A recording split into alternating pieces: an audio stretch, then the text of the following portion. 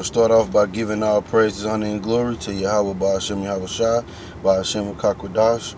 Double honors to the apostles and elders of Great Millstone who do rule well, and salutations to the Akim across the four corners of the earth that push this truth in all diligence and sincerity, risking their lives and their freedom.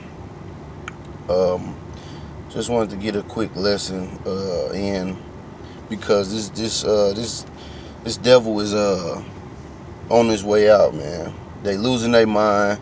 They becoming afflicted in their own kingdom, and all signs, point to the destruction of Edom, man. The Edomites, so-called white people, which they're not white, they're red. And more prophecies have to be fulfilled, but this is the end, man. You got Hollywood making movies about it. It's quite often they're putting movies out about what's going on, what's going to happen. The threat of an alien invasion, but that's just our power, Yahweh Ba'ashem Yahweh Shai, and the angels coming to redeem the Israelites, as spoken of in the scriptures. But before that happens, there are going to be events that are going on, and the devil is going to show his true hatred, which he already is. But it's all prophecy, and because our ancestors went off, and the Most High rewards those, according to their works. And we went off in the past, and this was just a punishment, but it's being lifted. And I'm gonna grab Deuteronomy chapter 28, and I'm gonna start at verse 47. Because thou serve not the Lord thy power with joyfulness and with gladness of heart, with gladness of heart, for the abundance of all things. Therefore thou shalt serve thy enemy, which the Lord shall send against thee. And he sent enemies against us, and he sent the Edomites against us when going back to 70 AD. When we were living in Jerusalem, and the Romans came in, sacked Jerusalem, and roughly paraphrasing, it's a scripture that the Lord said, when thou see Jerusalem compassed with armies, flee into the wilderness. And that time is coming again. But this devil has been on our ass, man, since then. The Lord sent them against us because we wasn't obeying his word, his instructions.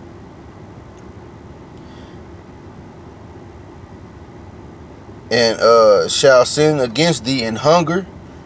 We got to go to this devil for food, for this GMO food, and in thirst and in nakedness. We don't make our own clothes. We don't wear our own clothes. We wear mixed fabrics, which is against the law and the scriptures of an Israelite.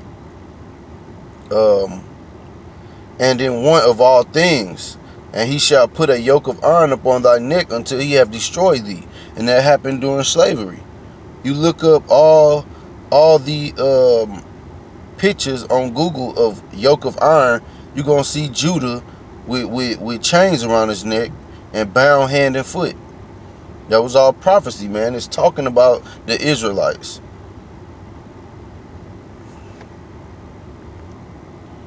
And it should be a shame unto Israelites to have these devils ruling over us, man. That's how you know it's a punishment, because Esau was never nothing to be looked at to model yourself after.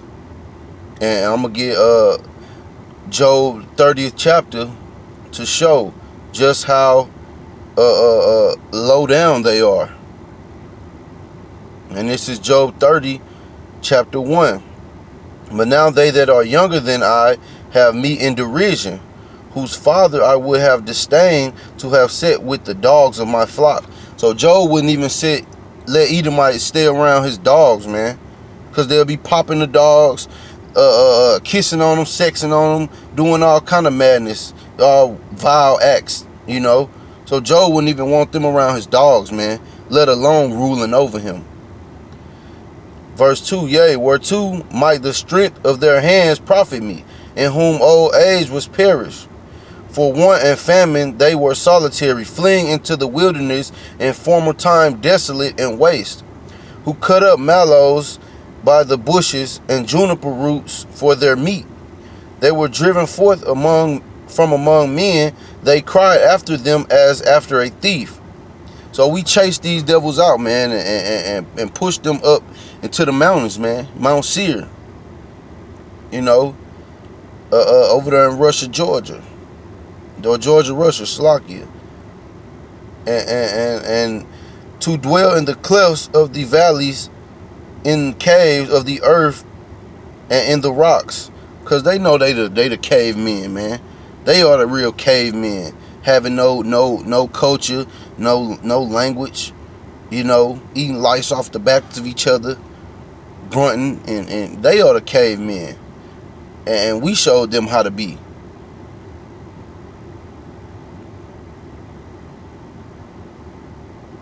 And going back to verse 5, they were driven forth from among men, they cried after them as after a thief, because Esau is the thief of the earth, man. He's the chief thief, the main thief on the earth, man. Yeah, you have, you know, regular stealers, but this man steals whole countries, steal whole identities, man. But puts you in jail if you commit identity theft. Steal whole houses, man. Steal everything. And you get the word criminal from the word crimson, which means red. And Esau is red, man. That term called red-handed, that's for Esau, man. You're red, you're not white. So all fingers point back to Esau, man. For you know, the wickedness in the earth, man. Among the bushes they brayed, under the nettles they were gathered together. They were children of fools, yea, children of base men. And that word base means low, man. Like the lowest of the low. They were the lowest of the low, man. And they were viler than the earth. So they was lower than the ground, man. They was most wickedness, did all the most abominable things. Verse 9, and now I am their song, yea, I am their byword.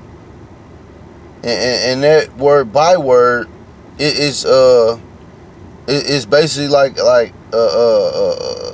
calling names, like to shame, you know, just, you know, nigga, spick, you know, all these names that they put on us, man.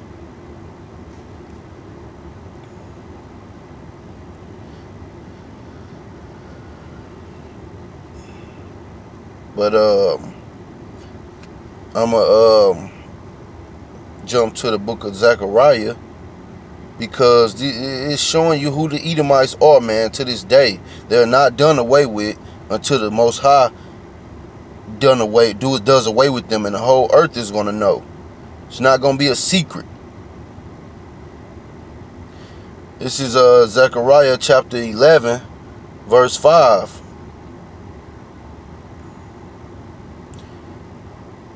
Whose possessors slay them and hold themselves not guilty. We still in captivity, man. It's a mental slavery, and they still have us in captivity, man. We can't leave without you have to get permission to move around in this country or outside the country. You know, they slay our young Jakes in the street, man. And mostly Judah, because they know that that's the tribe that the Lord came out of. So they gun for Judah, man. They get the rest of the tribes too, but Judah, you know, it don't take much for Judah to get slain in the streets, man. And what happened? These cops get off. You know, you got even people that ain't even cops. These rent-a-cops, they wannabes, slay Judah and get off, man. People making GoFundMe pages for these people, man, showing they support for the treatment of the Israelites like this. And they that sell them say, blessed be the Lord, for I am rich, and their own shepherds pity them not. They got super rich off of us just for having us in captivity, man. Free labor, all profit, no expenses paid other than to keep the slaves alive. You know, and they think that they're in good cause because they have us in captivity. And even our own shepherds pity us not. These pastors not raising no uproar about Jake being killed in the street. You know, snatching babies out of women's hands, man. Killing unarmed Jakes, man. Ain't nobody saying nothing about that except the men of the Lord, man. The men of Great Millstone and other camps that teach the same doctrine, man. A sound doctrine.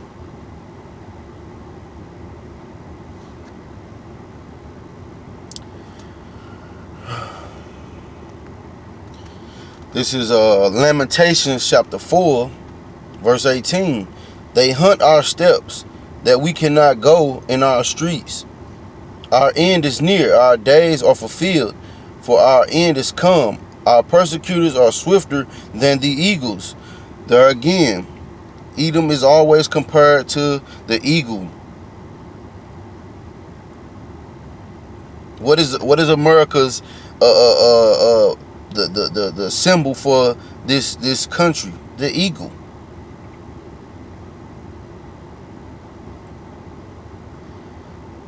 Our persecutors are swifter than the eagles of heaven. They pursue us up on the mountains. They lay wait for us in the wilderness. Yeah, because even back in leaving Egypt, Edom was waiting, trying to take us out in the wilderness, man. And they was supposed to be our own brother, but they broke that brotherly covenant when Esau vowed to slay Jacob, man. And it's been going like that, having a perpetual hatred ever since. That's why there's so much tension amongst the so-called white race and the Israelites, man.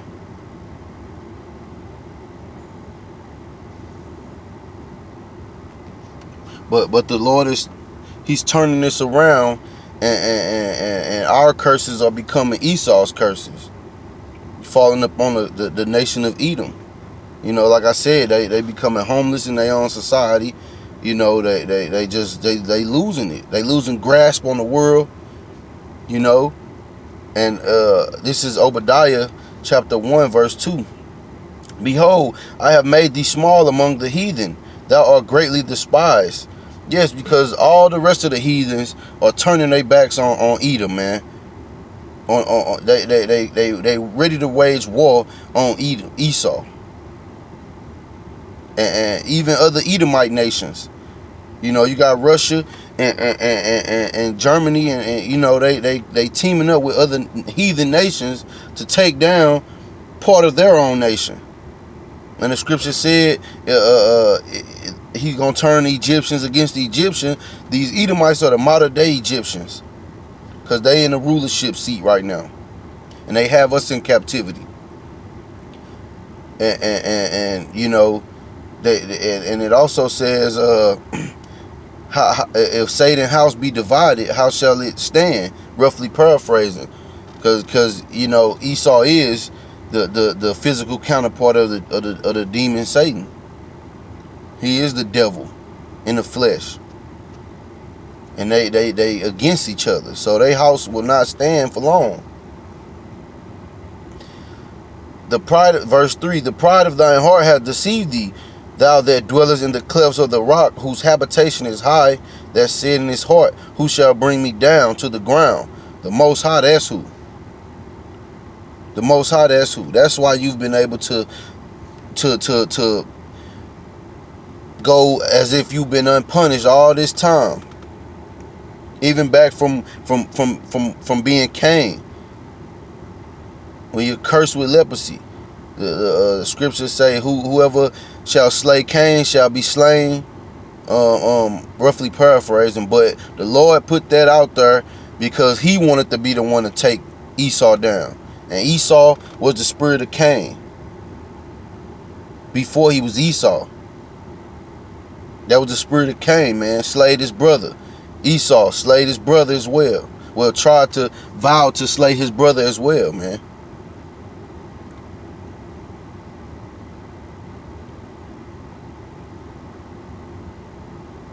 I'm gonna skip to verse 18, because the Lord will turn this on Edom, man. He will rouse, the Israelites up to come against Edom, but at that appointed time. And the house of Jacob shall be a fire, and the house of Joseph a flame, and the house of Esau for stubble. And we know stubble is just rubbish and debris and old wood. It burns up.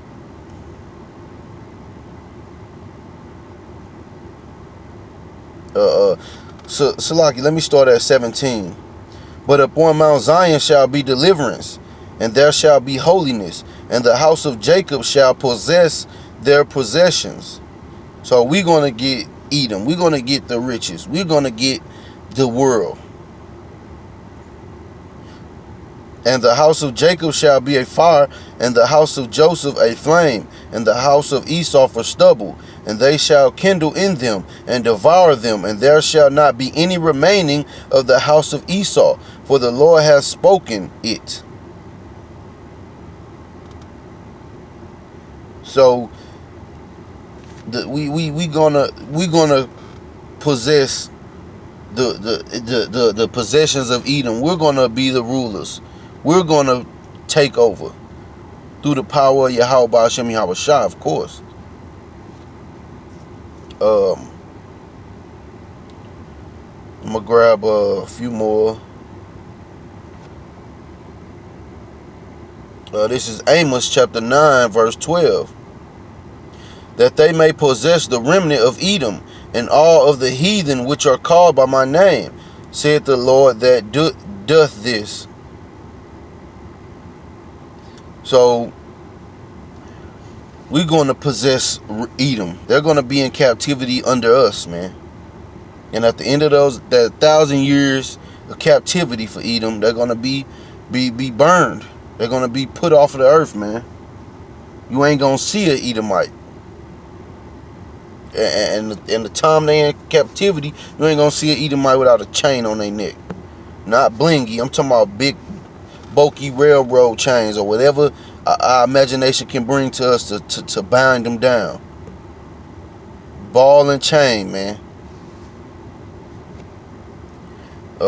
Grab one more, because it's almost here, man. Just keep the faith, man, and just do the work, man, and believe on that name, Yahweh Ba'ashem Yahweh Shah.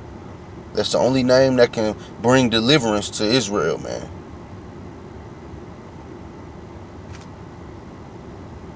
This is Jeremiah chapter 49